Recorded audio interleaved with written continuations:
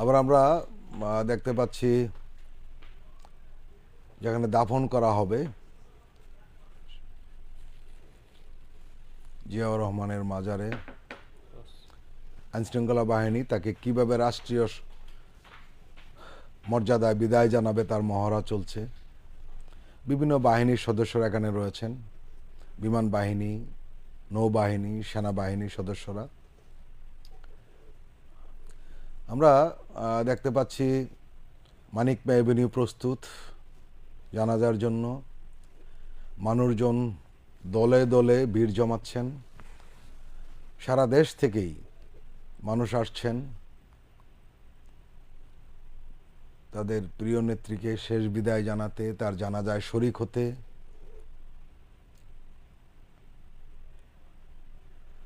আপনারা জানেন বাদ জোহর বেলা 2টায় এখানে জানাজা হবে। এটা জায়গা আটকে রাখা হয়েছিল, কিন্তু সবার জন্য আবার সেই জায়গাটি উন্মুক্ত করে দেওয়া হলো।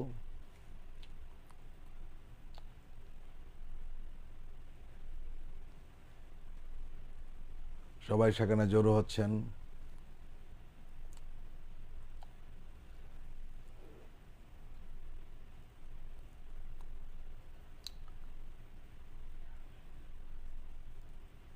আপনারা জানেন সংসদ ভবনের পাশে একটি বড় মাঠ রয়েছে। সেই মাঠের ভেতর দিয়ে মানুষ চলে যাচ্ছে মূল জায়গায় যেখানে বেগম খালেদা জিয়ার জানাজাটি হবে। মাঠেও লোকজন থাকবেন নিঃসন্দেহে। আমরা আবার ফিরোজা ভবনের সামনে।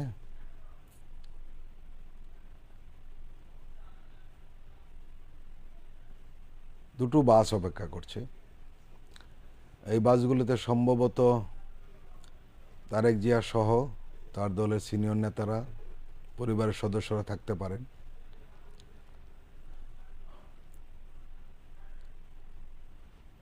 আইনশৃঙ্খলা বাহিনী তৎপর। আপনারা জানেন পূর্ণ রাষ্ট্রীয় মর্যাদায় বেগম খালেদা জিয়ার জানাজা হবে এবং দাফন প্রক্রিয়া সম্পন্ন হবে।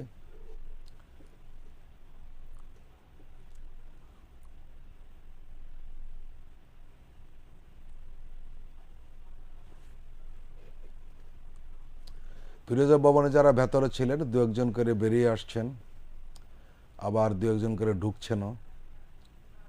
এরা সবাই দলের শীর্ষ পর্যায়ের নেতা এবং বেগম খালেদা জিয়ার স্বজন।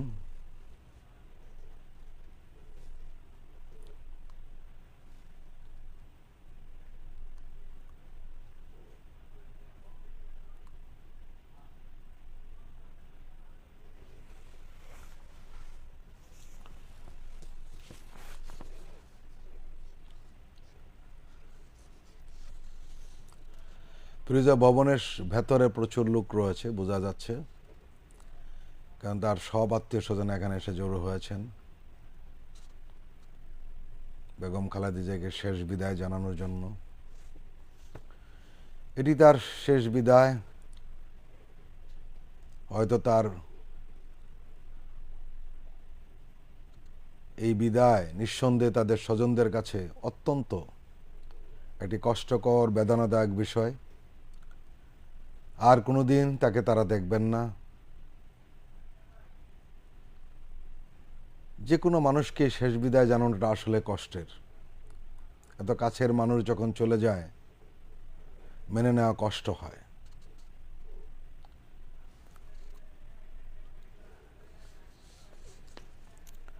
আপনারা জানেন গতকাল খালেদা জিয়ার মৃত্যুর সংবাদ আসার পর প্রধান উপদেষ্টা প্রফেসর মোহাম্মদ ইউনূস এটি প্রতিক্রিয়া জানিয়েছেন। তিনি সেখানে বলেছেন খালেদা জিয়ার আপসের নেতৃত্ব বারবার জাতিকে পথ দেখিয়েছে।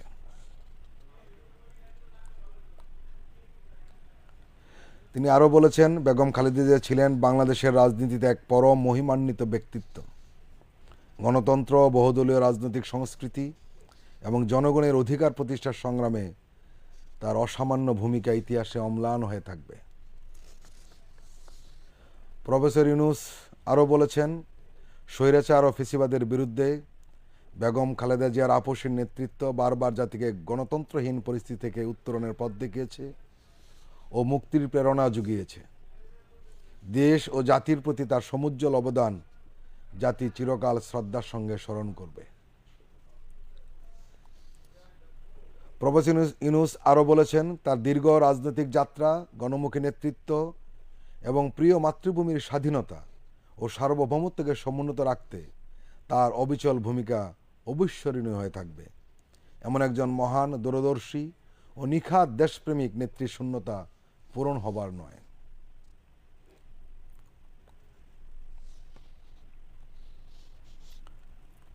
প্রফেসর ইউনূস সবাইকে সুশৃঙ্খলভাবে নেত্রীকে বিদায় দেওয়ার আহ্বান জানিয়েছেন। তিনি বলেছেন, এই সময়ে অনেকেই সবাই আবেগ আপ্লুত, কিন্তু তার বিদায়ের সময় যাতে তার মর্যাদার হানি না হয়।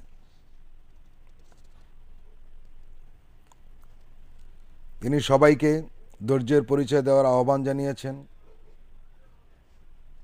এবং বেগম খালেদা জিয়ার জানাসহ সকল আনুষ্ঠানিকতা পালনে সংশ্লিষ্ট সবাইকে সহযোগিতা করারও আহ্বান জানিয়েছেন।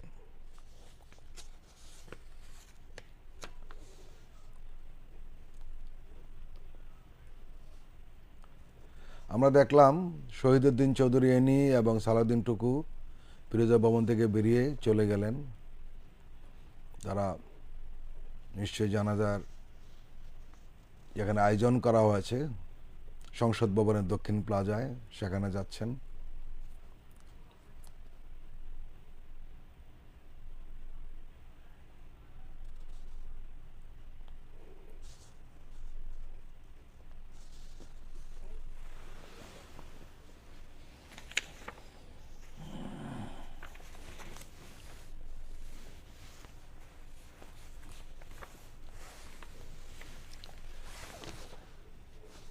বেগম খালেদা জিয়ার মতো এত জনপ্রিয় নেত্রী, রাজনৈতিক নেতা বাংলাদেশে আর আসেনি।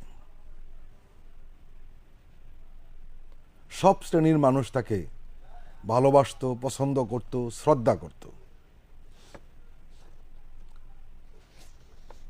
এলিট নাগরিক বলুন, শ্রমজীবী মানুষ বলুন, কৃষক বলুন, সব শ্রেণীর মানুষ।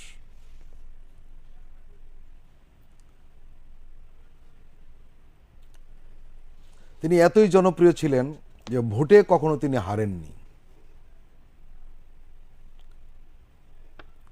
বাংলাদেশের প্রথম নির্বাচিত নারী প্রধানমন্ত্রী খালেদা জিয়া ফেনী, বগুড়া, ঢাকা, চট্টগ্রাম, লক্ষ্মীপুর, খুলনা যেখানে নির্বাচন করেছেন সেখানেই তিনি বিজয়ী হয়েছেন।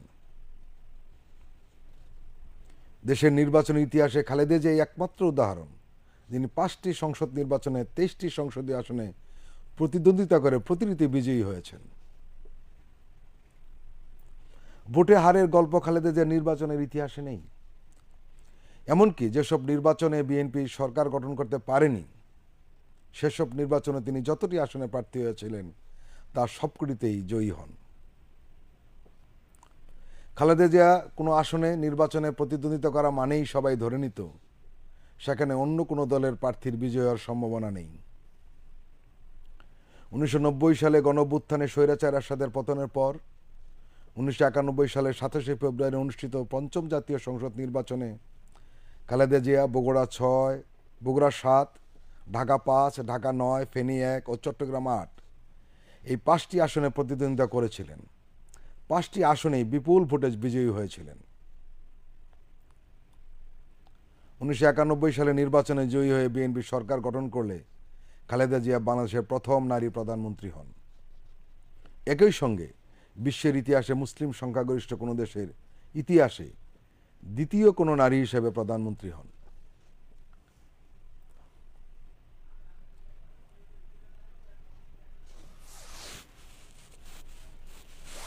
প্রিয় দর্শক, আপনারা দেখছেন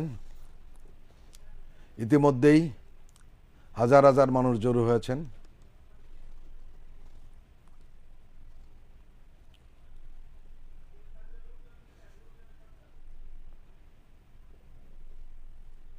সারা দেশ থেকে মানুষ আসছেন।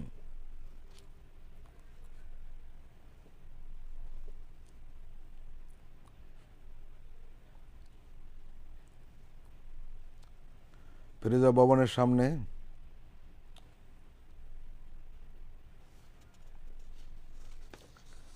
আমরা বলছিলাম যে ভোটে কখনো হারেননি বেগম খালেদা জিয়া। 1996 সালের জুনে 7ম জাতীয় সংসদ নির্বাচন অনুষ্ঠিত হয়। সেবার সরকার গঠন করে আওয়ামী লীগ। তবে সেই নির্বাচনেও খালেদা জিয়াকে হারাতে পারেননি কেউ। 5টি আসনের প্রতিদ্বন্দ্বিতা করে সবকটিতে বিজয়ী হন তিনি। আসনগুলো হলো বগুড়া 6, বগুড়া 7, ফেনী 1, লক্ষ্মীপুর 2 ও চট্টগ্রাম 1। পরবর্তী সময়ে 2001 সালের 1 অক্টোবর 6ম জাতীয় সংসদ নির্বাচন অনুষ্ঠিত হয়। এই নির্বাচনে খালেদা জিয়া বগুড়া 6, বগুড়া 7, খুলনা 2, ফেনী 1 ও লক্ষ্মীপুর 2 এই 5 আসনে প্রতিদ্বন্দ্বিতা করে সবকটি আসনেই বিপুল ভোটে জয়লাভ করেছিলেন। 8ম জাতীয় সংসদ নির্বাচনে জয়ী হয়ে বিএনপি ক্ষমতায় গেলে খালেদা জিয়া তৃতীয়বারের মতো প্রধানমন্ত্রী হন। এর আগে 1996 সালে 15 ফেব্রুয়ারি 6ষ্ঠ জাতীয় সংসদ নির্বাচনে বিজয়ী সরকারে গিয়েছিল বিএনপি। সেই নির্বাচনে ফেনী 1 ও 2, বগুড়া 7, সিরাজগঞ্জ 2 ও রাজশাহী 2 আসন থেকে নির্বাচন করে বিজয়ী হন খালেদা জিয়া। আসলে সারা দেশে নির্বাচন করেছেন ম্যাডাম খালেদা জিয়া। তিনি যে আসনেই দাঁড়িয়েছেন সেখানেই মানুষ তাকে বিপুল ভোটে বিজয়ী করেছে। এক অনন্য নজির।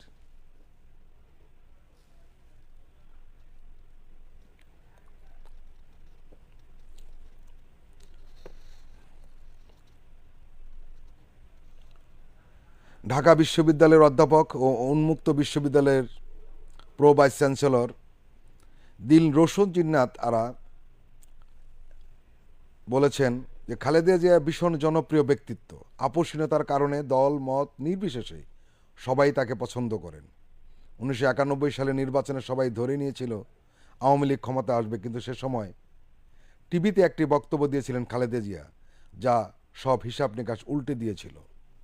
পরবর্তী সময়ে অনুষ্ঠিত বিভিন্ন জাতীয় নির্বাচনে তিনি একাধিক আসনে প্রার্থী হয়েছিলেন। তুমুল জনপ্রিয়তার কারণে প্রতিবারই সবকটি আসনে বিজয়ী হয়েছিলেন ম্যাডাম খালেদা জিয়া।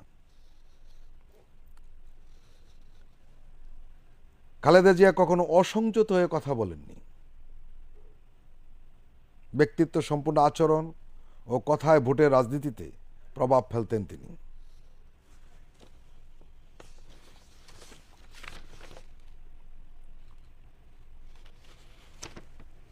আসন্ন ত্রয়োদশ সংসদ নির্বাচনে বগুড়া 7, দিনাজপুর 3 ও ফেনী 1 আসনে খালেদা জিয়া নির্বাচন করার কথা ছিল। তার পক্ষে মনোনয়নপত্র জমা দেওয়া হলেও তার আর ভোট করা হলো না।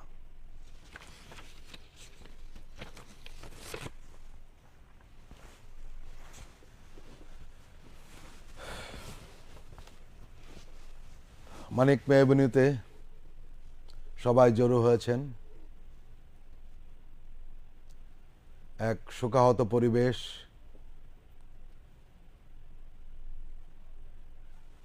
41 বছর ধরে 4 দশক একজন রাজনীতিবিদ এত জনপ্রিয় হয়ে থাকেন, এটি আসলে একটি অনন্য নজির।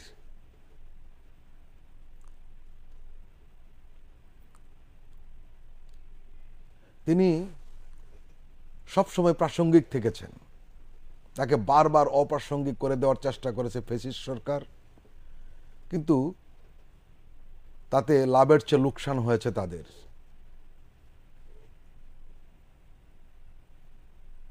আমরা দেখেছি খালেদা জিয়াকে তার বাড়ি থেকে বের করে দেওয়া হয়েছে, বলা যায় এক ধরনের উচ্ছেদ করা হয়েছে। তার 2 সন্তানের একজনকে লন্ডনে পাঠিয়ে দেওয়া হয়েছিল, আরেকজনও ইন্তেকাল করেন।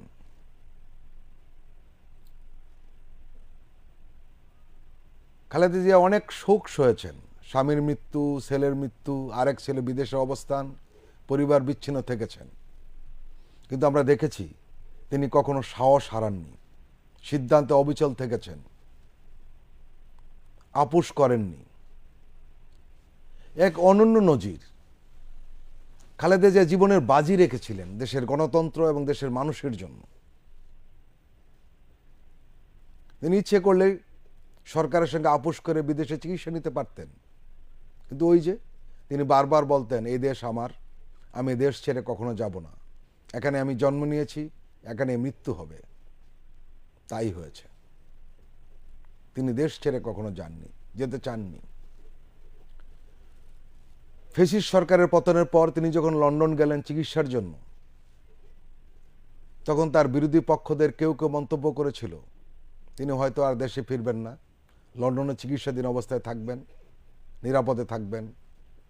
কিন্তু আমরা দেখলাম উনি একটু সুস্থ হয়েই আবার দেশে ফিরে আসলেন।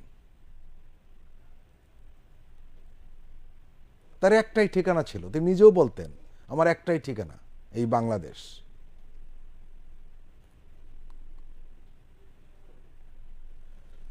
তাকে বারবার এদেশের রাজনীতি থেকে বিমুক্ত করার চেষ্টা করা হয়েছে, কিন্তু আমরা দেখলাম যারা এই অপচেষ্টা করেছিল তারাই বিমুক্ত হয়ে গেছে।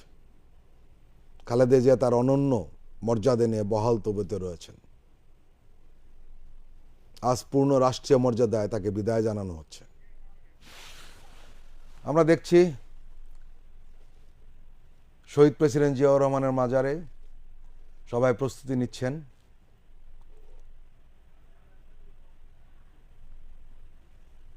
আইনশৃঙ্খলা বাহিনীরা রয়েছেন, পরিষ্কার পরিচ্ছন্ন করা হয়েছে, মহড়া চলছে কিভাবে তাকে বিদায় জানানো হবে। 3 বাহিনীর সদস্যরা উপস্থিত রয়েছেন, সবাই তৎপর। দেশনেত্রী বেগম খালেদা জিয়াকে বিদায় জানানোর জন্য সবাই আন্তরিক। আসলে তিনি সবার মন জয় করেছিলেন। আমরা দেখতে পাচ্ছি জানাজায় অংশ নিতে দলে দলে মানুষ মানিক মে অ্যাভিনিউতে জড়ো হচ্ছেন। সময় গড়াচ্ছে আর ভিড় বাড়ছে, মানুষের ঢল নামছে। প্রচণ্ড শীত উপেক্ষা করে সারা দেশ থেকে মানুষ এসে জড়ো হচ্ছে। আর রাজধানীতে যারা রয়েছেন তারা তো আসবেনই। আমরা ধরেই নিতে পারি এক স্মরণকালের জানাজা অনুষ্ঠিত হবে, এবং হওয়াটাই স্বাভাবিক। কারণ তার জানাজায় শরীক হওয়াটাও যে কোনো মানুষের জন্য এটি গৌরবের বিষয়, ইতিহাসের সাক্ষী হয়ে থাকা। শুধু ইতিহাসের সাক্ষী নয়, আসলে তাকে ভালোবেসেই, তার প্রতি শ্রদ্ধা জানাতেই মানুষের এই সমাবেশ।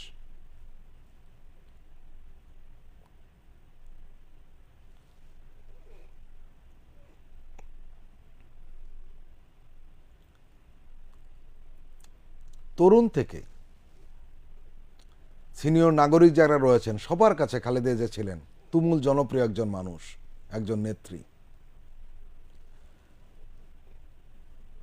আমরা দেখেছি জুলাই বিপ্লবের নেতৃত্ব দানকারী তরুণদের কাছে কিরকম জনপ্রিয় ছিলেন বেগম খালেদা জিয়া।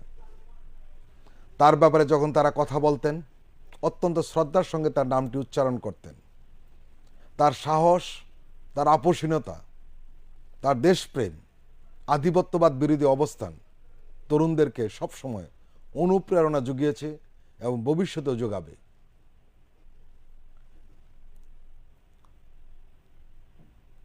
তার অতুলনীয় দেশপ্রেম এদেশের তরুণদের কাছে নজির হয়ে থাকবে, অনুপ্রেরণা হিসাবে কাজ করবে।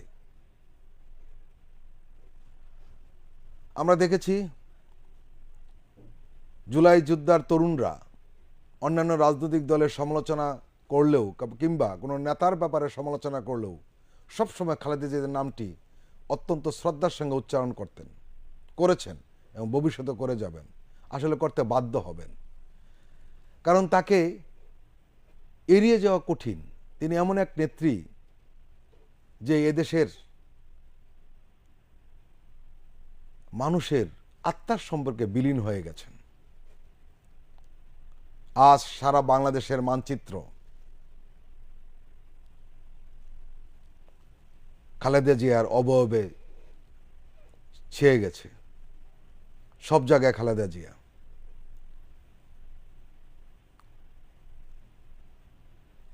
এমনকি যে মানুষটি বিএনপি করেন না, বিএনপিকে সমর্থন করেন না, তারও কিন্তু খালেদা জিয়ার প্রতি শ্রদ্ধার কোনো কমতি নেই। আসলে তিনি বিএনপির চেয়ারপারসন আর নেই, তিনি আসলে মূলত জাতির অভিভাবক। দলমত নির্বিশেষে প্রত্যেকটি নাগরিকের কাছে তিনি জাতীয় নেতা। একজন দলীয় প্রধান থেকেও কিভাবে জাতীয় নেতা হওয়া যায় তা নজির স্থাপন করেছেন ম্যাডাম খালেদা জিয়া। তিনি দেখিয়েছেন একজন রাজনীতিকের প্রথম পরিচয় দেশপ্রেম, দেশের মানুষ, গণতন্ত্র, বাক স্বাধীনতা।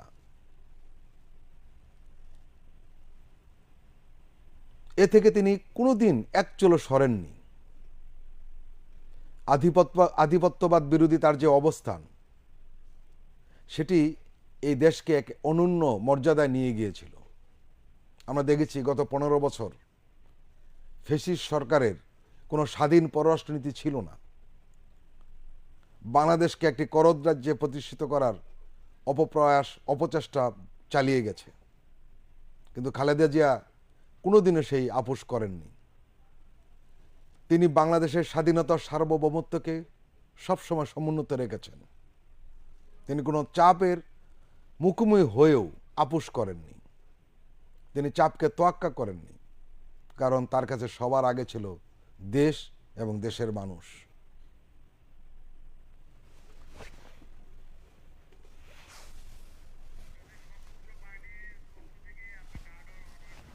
জি, আমরা জানি যে তাকে পূর্ণ রাষ্ট্রীয় মর্যাদায় দাফন করা হবে। সশস্ত্র বাহিনীর 3 বাহিনী, সশস্ত্র বাহিনীর 3টি অংশ যে রয়েছে, বিমান বাহিনী, নৌবাহিনী এবং সেনাবাহিনী, তারা তার বেগম খালেদা জিয়াকে গার্ড অব অনার প্রদান করবেন। সেই প্রস্তুতি চলছে। আমি ইতিমধ্যে সবাই শহীদ জিয়ার মাজারে উপস্থিত হয়েছেন, যেখানে ম্যাডাম খালেদা জিয়াকে দাফন করা হবে স্বামীর পাশে।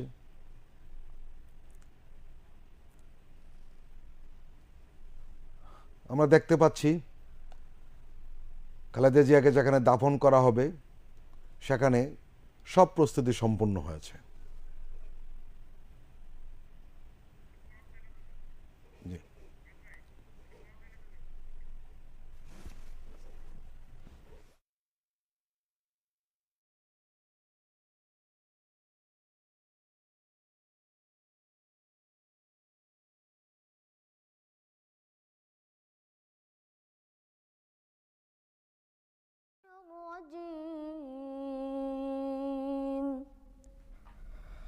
بسم الله الرحمن الرحيم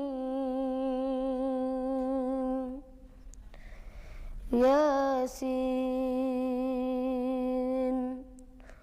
والقرآن الحكيم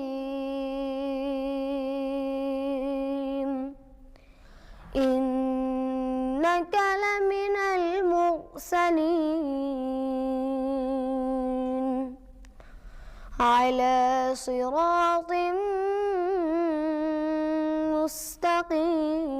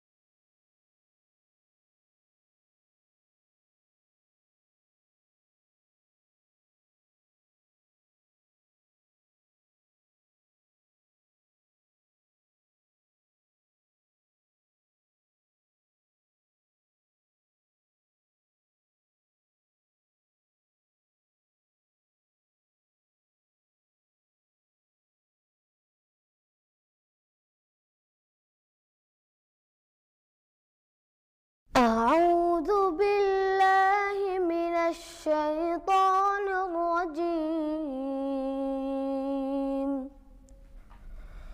بسم الله الرحمن الرحيم ياسين والقرآن الحكيم إنك لمن المرسلين على صراط مستقيم تنزيل العزيز الرحيم لتنذر قوما ما أنذر آباؤهم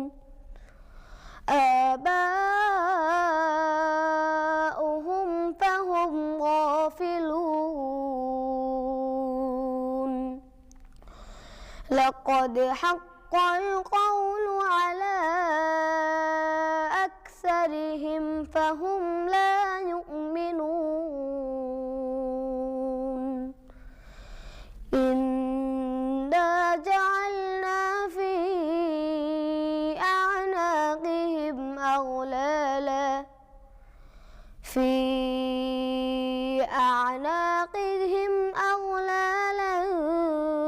فهي إلى الأذقان فهم مقمحون وجعلنا من بين أيديهم سدا ومن خلفهم سدا فأغشيناهم فهم لا يبصرون وسواء عليهم أأنذرتهم أم لم تنذرهم لا يؤمنون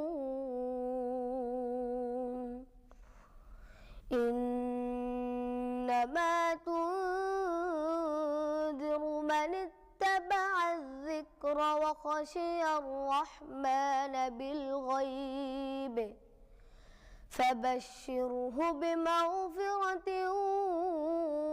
وأجر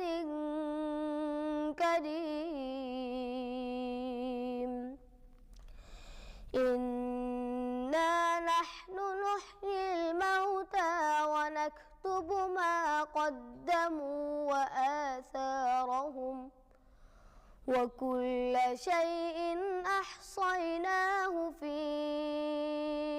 إمام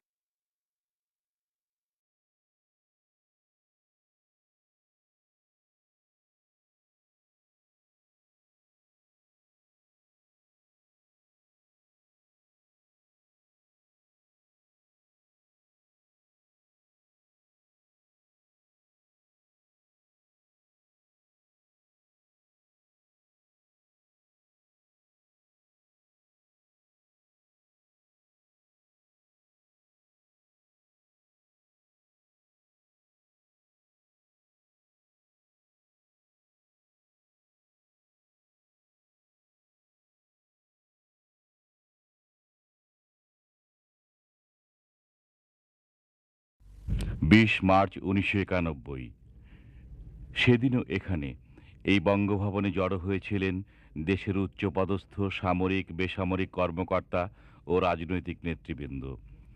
উদ্দেশ্য ছিল অস্থায়ী রাষ্ট্রপতি বিচারপতি শাহাবুদ্দিন আহমেদের কাছে প্রধানমন্ত্রী হিসেবে বেগম খালেদা জিয়ার শপথ গ্রহণ স্বচক্ষে দেখা। বিএনপি চেয়ারপারসন বেগম খালেদা জিয়া আজও রাষ্ট্রপতি শাহাবুদ্দিন আহমেদের কাছে প্রধানমন্ত্রী হিসেবে শপথ নিলেও সেদিনের পটভূমি ছিল ভিন্ন। বিচারপতি সাত্তারের বৈধ সরকারকে মিথ্যে অজুহাতে সরিয়ে ক্ষমতায় জেকে বসা এরশাদের স্বৈরাচারের বিরুদ্ধে দীর্ঘ আন্দোলনের পর সেদিন বেগম জিয়া ক্ষমতায় এসেছিলেন। একদিন যিনি ছিলেন সাধারণ গৃহবধূ, সেই বেগম খালেদা জিয়াকে মহান মুক্তিযুদ্ধের অন্যতম বীর সেনানী ও স্বাধীনতার ঘোষক প্রেসিডেন্ট জিয়াউর রহমানের আততায়ীর গুলিতে শাহাদাত বরণের পর দেশের মাটি ও মানুষকে রক্ষার জন্য রাজনীতিতে আসতে হয়েছিল।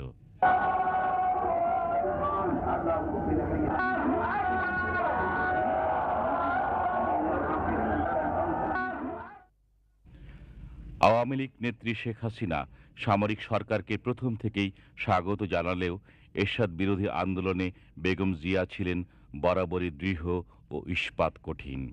রাজনীতিতে নবাগত হলেও বেগম জিয়ার নেতৃত্বাধীন স্বৈরাচার বিরোধী গণ আন্দোলনের মুখে সেদিন এরশাদকে বিদায় নিতে হয়। অপরদিকে নানামুখী ষড়যন্ত্রের মাধ্যমে 1996 সালের 12 জুনের নির্বাচনে আওয়ামী লীগ ক্ষমতায় আসে।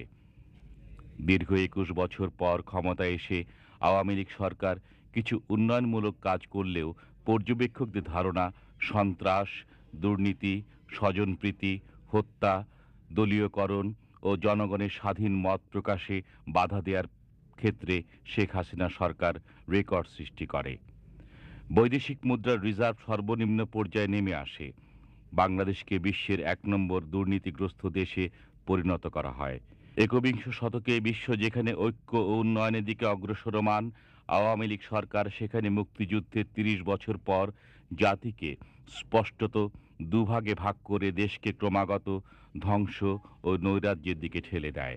ধর্মভীরু সাধারণ মুসলিম জনগণকে মৌলবাদী আখ্যায়িত করা হয়, তাদের উপর চালানো হয় অমানসিক নির্যাতন। এমনকি বায়তুল মোকাররম মসজিদের পবিত্র প্রাঙ্গণকেও অপবিত্র করা হয় পুলিশি হামলা চালিয়ে।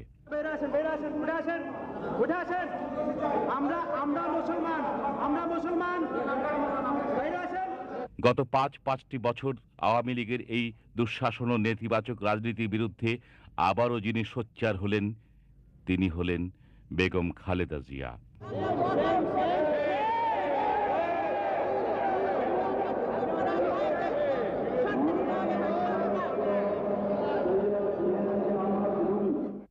প্রথমে তিনি সংসদে এইসব নির্যাতনের বিরুদ্ধে সোচ্চার হতে চাইলেন, কিন্তু কথা বলতে না দেয় বেরিয়ে এলেন রাজপথে। সেখানে সম্মুখীন হলেন বাধার, কিন্তু অসীম ধৈর্য ও সাহসিকতার পরিচয় দিয়ে বেগম জিয়া দেশবাসীর কথা বলার অধিকার ও সত্যিকারের গণতন্ত্র প্রতিষ্ঠার আন্দোলনে এগিয়ে গেলেন। গঠন করলেন 4 দলীয় ঐক্যজোট। অবশেষে শত বাধা বিপত্তির মুখে সদ্য সমাপ্ত নির্বাচনে বিজয় অর্জন করলেন বেগম খালেদা জিয়া। তৃতীয়বারের মতো প্রধানমন্ত্রী হয়ে সৃষ্টি করলেন ইতিহাস। এই ইতিহাস একাধারে বিস্ময়ের ও গৌরবের। 1991 সালে ক্ষমতায় এসে বেগম জিয়া দেশ গড়ার কাজে আত্মনিয়োগ করেছিলেন। শহীদ প্রেসিডেন্ট জিয়াউর রহমানের ঘোষিত 19 দফা কর্মসূচি বাস্তবায়নের মাধ্যমে দেশকে এমার্জিং টাইগারে পরিণত করেছিলেন। দেশবাসীর তাই প্রত্যাশা, বেগম জিয়া তার যোগ্য নেতৃত্বে একবিংশ শতকের শুরুতে দেশ ও জাতিকে ঐক্যবদ্ধ করে উন্নয়ন ও প্রগতির কাঙ্ক্ষিত পথে নিয়ে যেতে সক্ষম হবেন।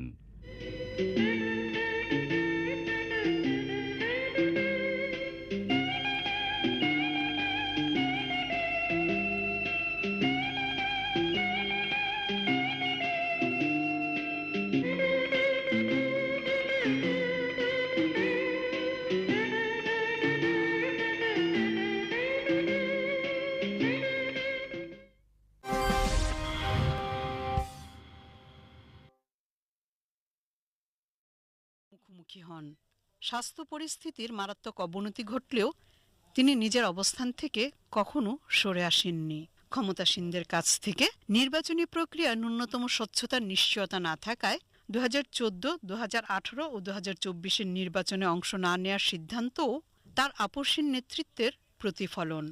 তিনি যদি রাজনৈতিক আপোষ করতেন তাহলে তিনি বেগম খালেদা জিয়া হতেন না, হতেন 8-10 জন সুবিধাবাদী রাজনীতিকের মতো একজন।